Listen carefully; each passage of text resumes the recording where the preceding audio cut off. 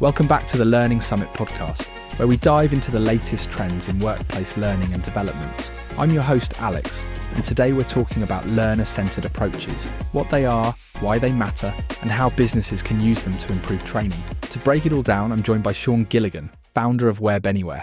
Sean, welcome back. Thanks, Alex. Learner-centered approaches are a game changer. They shift the focus from just delivering content to engaging employees in active learning. Let's start with the basics. What is a learner-centered approach? A learner-centered approach is all about putting the learner first. Instead of just pushing out information, it focuses on interactive, personalized, and self-directed learning experiences.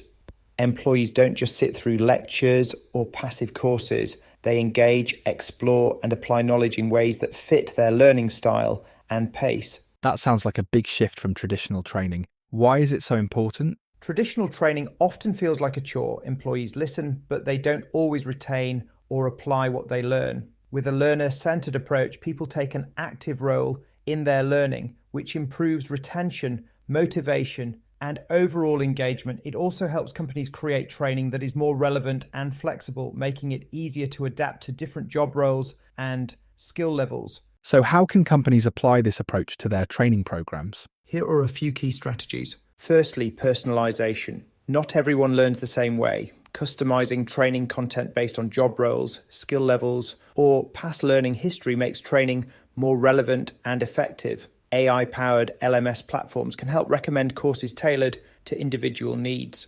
Secondly, active learning employees learn better by doing. Use simulations, problem-solving activities, and real-world scenarios instead of just static content. Hands-on experiences improve retention and skill application. Thirdly, self-paced learning. People learn at different speeds. Offering on-demand, mobile-friendly training allows employees to complete courses at their own pace, reducing pressure and increasing engagement. Fourthly, social and collaborative learning. Encourage employees to learn from each other through discussion forums, mentorship programs, and peer coaching. Social learning helps reinforce knowledge and builds a stronger learning culture. Finally, continuous feedback and adaptation. Traditional training is often one and done. A learner-centered approach includes regular feedback, assessments, and opportunities to revisit content, ensuring knowledge sticks and skills improve over time. That's a strong list. What are some common mistakes companies make when trying to implement learner-centered training? One big mistake is not giving employees enough control. If training is still rigid and mandatory with no flexibility,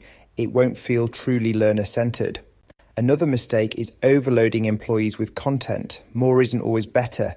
Training should be focused and relevant, not just a flood of information. And lastly, not tracking engagement or outcomes. If companies don't measure what's working and what's not, they can't improve their approach. So if a company wants to shift to a learner-centered approach today, what's the first step they should take? Start by asking employees what they need. A quick survey or focus group can help identify gaps and preferences. Then adjust training to be more interactive and flexible. Swap out long lectures for bite-sized hands-on learning experiences.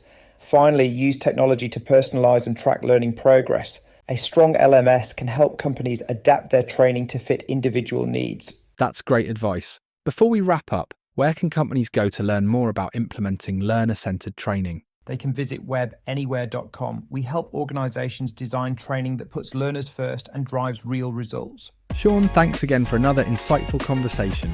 Thanks, Alex. Always a pleasure. Thanks for listening to the Learning Summit podcast, and we will see you next time.